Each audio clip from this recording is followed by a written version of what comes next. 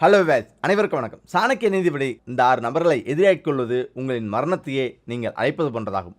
மதம், அரசியல், அறிவியல் என அனைத்து பாடங்களிலும் அறிவு பெற்றிருந்த சாணக்கியர் சிறந்த அறிஞராக இருந்தார். சாணக்கியரால் எழுதப்பட்ட பல நூல்கள் இன்றும் மனிதர்களுக்கு பயன்பட்டுக் கொண்டிருக்கிறது. சாணக்கியர் தனது கொள்கைகள் மற்றும் அனுபவங்கள் பற்றி அவர் குறிப்பிடும் ஒவ்வொரு கொள்கையும் அவர்களின் வாழ்க்கையின் இலக்கை அடைய உதவுகிறது. இவற்றை சரியாக பின்பற்றினால் ஒருவர் பலவிதமான பிரச்சனைகளில் இருந்து தப்பிக்கலாம். எந்த ஒரு சர்ச்சையிலும் சிக்கிக்கொள்ளக்கூடாது என்பதே அமைதியான வாழ்க்கையின் அடிப்படை கொள்கை. ஆனால் தெரிந்து தெரியாமலோ பலர் அதில் சிக்குகின்றனர். இதில் சில விஷயங்கள் சாணக்கிய நீதியில் கூறப்பட்டுள்ளது. சாணக்கிய நீதியின்படி எதிரிகளை உருவாக்குவதில் கவனமாக இருக்க வேண்டும். வாழ்க்கையில் இப்படிப்பட்டவர்களுடன் பகைமை கொள்ளக்கூடாது என்கிறார் சாணக்கியர். அவர்களை வெறுப்பது உங்களுக்கு பல சிக்கல்களை ஏற்படுத்தும். சாணக்கியரின் கூற்றுப்படி ஒரு நபர் ஒருபோதும் அரசருடன் அல்லது அரசாங்கத்திடம் செல்வாக்கு உள்ளவர்களுடன் சண்டையிடக்கூடாது. அது உங்கள் உயிருக்கு ஆபத்தை விளைவிக்கும். நீங்கள் சக்தி வாய்ந்த பதவியில் இருந்தால் ஒழிய மூத்த அதிகாரிகளிடம் ஒருபோதும் தவறாக பேசாதீர்கள். அவர்களுடனான பகை உங்களுக்கு தீங்கு விளைவிக்கும். உங்கள் ஆரோக்கியம், ஒருவரின் ஆரோக்கியமே அவருடைய மிகப்பெரிய செல்வம் என்று சாணக்கியர் கூறுகிறார். தன் உடல்நலத்துடன் விளையாடுபவர் தன்னை பற்றி கவலைப்படாமல்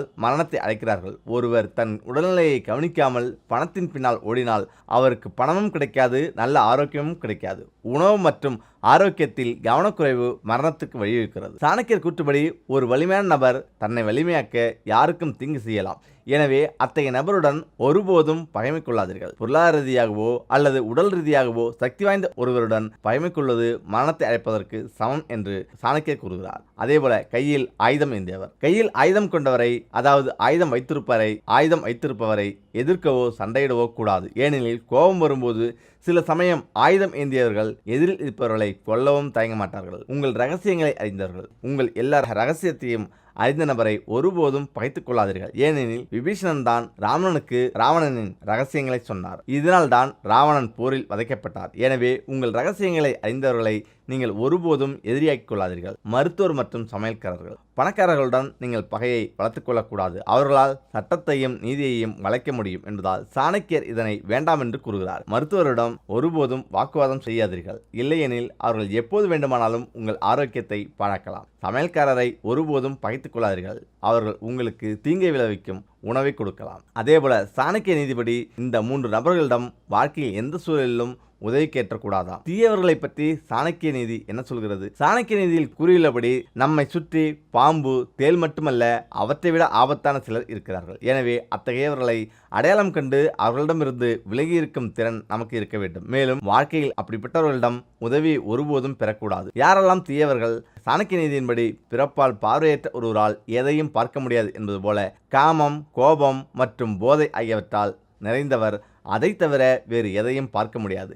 அதே சமயம் சுயநலவாதிகளும் யாருக்கும் எந்த உதவியும் செய்ய மாட்டார்கள். அவர்களுக்கு அனைவருமே சமம். அதனால்தான் சுயநலமான ஒருவருடன் நட்பு கொள்ளவோ உதவி கேட்கவோ கூடாது. சுயநலவாதிகளிடமிருந்து விலகியிருங்கள். ஆச்சாரிய சாணக்கியா தவறுதலாக கூட சுயநலவாதிகளை நம்பக்கூடாது என்று கூறுகிறார். ஏனெனில் அப்படிப்பட்டவர்கள் உங்களுக்கு ஒருபோதும் நன்மை செய்ய முடியாது. மாறாக அவர்கள் உங்களை சிக்கலில் ஆழ்த்துவார்கள். சாணக்கியர் கூற்றுப்படி எதிரில் இருந்து தாக்குவார்கள்.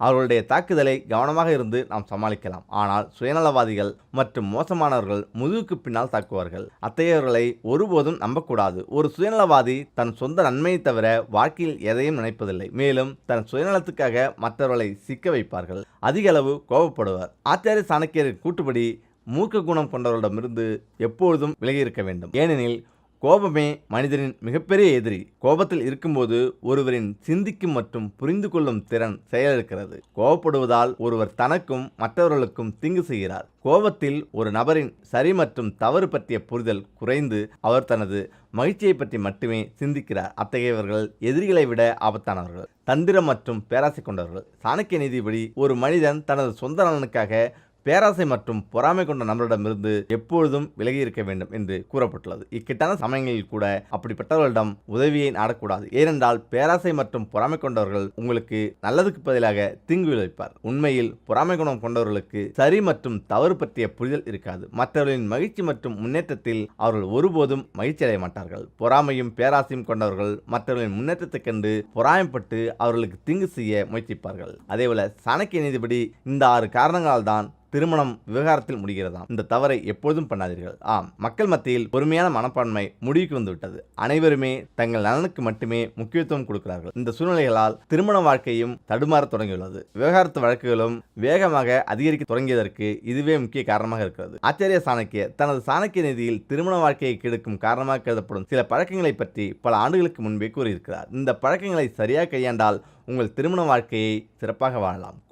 கோபம் ஒரு நபருக்கு தீங்கு விளைவிப்பது மட்டுமல்லாமல் அவரது அனைத்து உறவுகளையும் முடிவுக்கு கொண்டு வருவதற்கான காரணமாகவும் கருதப்படுகிறது. கணவன் மனைவி இருவரில் யாரேனும் கோபம் கொண்டவர்களாக இருந்தால் அவர்கள் திருமண வாழ்க்கையில் நிம்மதி இருக்காது. அத்தகைய சூழ்நிலையில் மோதல் சூழ்நிலைகள் உருவாகின்றன மற்றும் திருமண வாழ்க்கை பலவீனமாகிறது. தனிப்பட்ட ரகசியங்களை பாதுகாத்து உங்கள் திருமண வாழ்க்கையை மேம்படுத்த விரும்பினால் உங்கள் தனிப்பட்ட ரகசியங்களை நீங்களே வைத்திருப்பது நல்லது. உங்கள் உரையாடலில் மூன்றாவது நபரை வைத்து பேசினால் உங்களுக்கிடையில் உள்ள பிரச்சனையை தீர்ப்பதற்கு பதிலாக பிரச்சனையை மேலும் சிக்கலாக்கிவிடும். பொய். கணவன் மனைவி உறவு மிகவும் மென்மையானது. இந்த உறவு பொய்யால் மிகவும் மோசமாக பாதிக்கப்படும். காலப்போக்கில் உங்கள் பொய் வெளிவந்தால் உங்கள் துணைக்கு உங்கள் மீது இருக்கும் நம்பிக்கை கெட்டுவரும் மற்றும் உங்கள் உறவில் கசப்பு உருவாக தொடங்கும். செலவுகள். வருமானத்துக்கு ஏற்ப கணவன் மனைவி இருவரும் தங்கள் செலவுகளில் சமநிலையை பராமரிக்க வேண்டும். உங்கள் செலவுகள் கணக்கில் வராமல் போனாலோ அல்லது தேவையில்லாத செலவுகளில் ஈடுபட்டாலோ கணவன் மனைவியிடையே கண்டிப்பாக மோதல் சூழ்நிலை ஏற்படும். எல்லைகளை மீறுவது. ஒவ்வொரு உறவுக்கும் ஒரு எல்லை உண்டு. இதை கணவன் மனைவி இருவரும் மனதில் கொள்ள வேண்டும். எல்லைகள் மீறப்படும் போது உறவுகள் முறியும் சூழ்நிலைகள் உருவாகிறது. சகிப்புத்தன்மை. வாழ்க்கையில் பல சமயங்களில் இப்படிப்பட்ட பாதகமான சூழ்நிலைகளை நாம் சந்திக்க வேண்டியிருக்கும். அத்தகைய சூழ்நிலையில் கணவன் மனைவி இருவரும் ஒருவருக்கொருவர் ஆதரவாக இருக்க வேண்டும் மற்றும் சூழ்நிலைகளை பொறுமையாக எதிர்கொள்ள வேண்டும். அவசரத்தில் செய்யும்போது விஷயங்கள் மோசமாகிவிடும். சாணக்கியர் கூற்றுப்படி மனிதர்களுக்கும் விலங்குக்கும் இடையே பல ஒற்றுமைகள் உள்ளன. மனிதர்களுக்கும் விலங்குக்கும் 4 குணங்கள் ஒரே மாதிரியாக இருக்கிறது என்று சாணக்கிய நீதியில் கூறுகிறார். அதேபோல மனிதர்களை விலங்குகளிடமிருந்து வேறுபடுத்தும் ஒரு குணமும் உள்ளது. இந்த ஒரு குணம் மட்டும் இல்லை என்றால் மனிதன் ஒரு மிருகமாக கருதப்படுவார். இதை சாணக்கியர் 17வது அத்தியாயத்தில் 17வது வசனத்தில் குறிப்பிட்டுள்ளார். சாணக்கியரின் கூற்றுப்படி மனிதர்கள் அந்த ஒரு குணத்தை ஒருபோதும் இழக்கக்கூடாது. இல்லையென்றால் வாழ்க்கை பாழாகிவிடும். ஆம், பசி. சாணக்கியரின் கூற்றுப்படி பசி என்பது மனிதர்களுக்கும் விலங்குகளுக்கும் என்பது முதன்மையான பொதுவான குணமாகும். அனைத்து மனிதர்களுக்கும் விலங்குகளுக்கும் தங்கள் வயிற்றை நிரப்புவதற்கு முக்கியத்துவமும் முன்னுரிமையும் கொடுக்கிறார்கள். அது இல்லாமல் இருவருமே வாழ்வது இயலாத காரியம். பசியை போலவே மனிதர்களுக்கு தூக்கம் எவ்வளோ அவசியமோ அதேபோல் விலங்குகளுக்கும் தினமும் தூங்குவது அவசியம். மனிதர்களை பொறுத்தவரை நல்ல தூக்கம்தான் அவர்கள் ஆற்றலுடன் இருக்க உதவுகிறது. அது மட்டுமின்றி பலவீனம் மற்றும் சோம்பல் போன்ற இலக்கை அடைவதில் உள்ள தடைகளை நீக்கவும் தூக்கம் அவசியம். காமம். எந்த ஒரு உயிரினமும் தனது அடுத்த சந்ததியை உருவாக்க நினைப்பது இயல்பானதுதான். இதற்கு மனிதர்களும் விலங்குகளும் விதிவிலக்கானவர்கள் அல்ல. படைப்பின் முன்னேற்றத்திற்கு மனிதர்களைப் போலவே விலங்குகளின் உடலுறவும் அவசியம். இந்த உணர்வு மனிதர்களுக்கும் விலங்குகளுக்கும் பொதுவானது. பயம். கடைசி விஷயம் பயம். பய உணர்வு மனிதர்களுக்கும் விலங்குகளுக்கும் இயற்கையானது. பயம் என்பது ஒரு உளவியல் கோளாறு. பல வகையான பயம் மனிதர்களை தொந்தரவு செய்கிறது. அதேபோல் விலங்குகள் தங்களை பாதுகாக்க பயப்படுவது இயற்கையானது. மனிதர்களிடம் மட்டும் இருக்கும் குணம். ஆம், அறிவு என்பது மனிதர்களை விலங்குகளிடமிருந்து வேறுபடுத்தும் குணம்.